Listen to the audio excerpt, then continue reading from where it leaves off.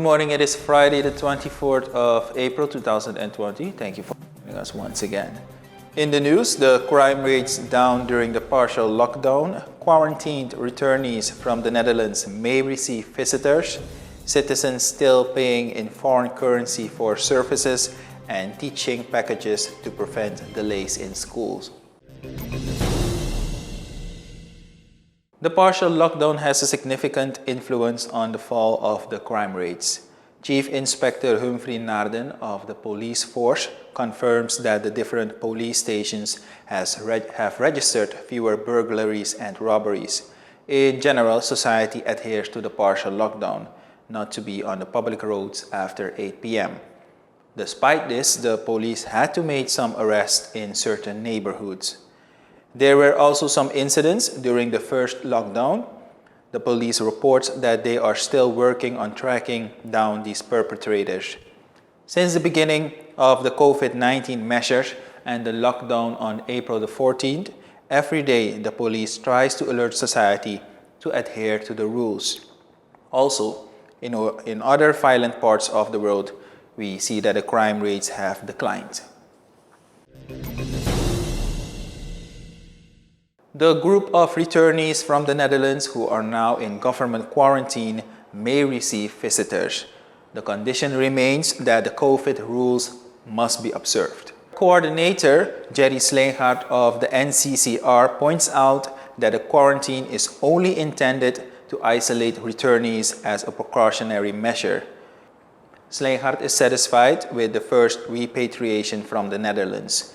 In both the Netherlands and Suriname, the returnees and the various services adhered to the protocols for repatriation from the Netherlands. Suriname is now preparing for the second repatriation, and this will take place in a few weeks. The MP Daniela Sumter of the NDP is annoyed that citizens still have to make payments in foreign currency. According to her, this phenomenon must be a thing of the past with the adoption of the so-called currency law. Entrepreneurs must comply with the rule of pricing their goods and services in Surinamese dollar. The Currency and Money Transaction Offices Act was passed in Parliament on March 26, 2020 and subsequently promulgated by the President of the Republic of Suriname. This law is primarily intended to stabilize the then sky-high currency rate. It is quite noticeable that the currency rate is showing a gradual rise again. According to Sumter, the supervisory body that has to monitor the currency rates must be established. It will have to ensure that sanctions are followed in the event of a rise of the currency rate. Furthermore, the MP is of the opinion that the government has made a number of provisions to properly control the government spending, thus referring to the decision to give preference to the import of basic goods instead of luxury goods.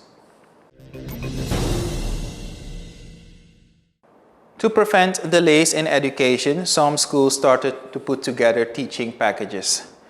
Because of the stagnation in education due to COVID-19, these teaching materials are offered to the parents. At the Staling School, weekly teaching packages are produced as exercise material.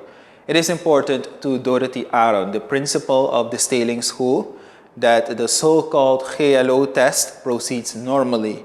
She says that it is an important moment for the 6th graders to move on to the secondary education. We've come to the end for the local news for today. Head back Monday for a new edition. Be safe. Have a wonderful weekend. Bye-bye.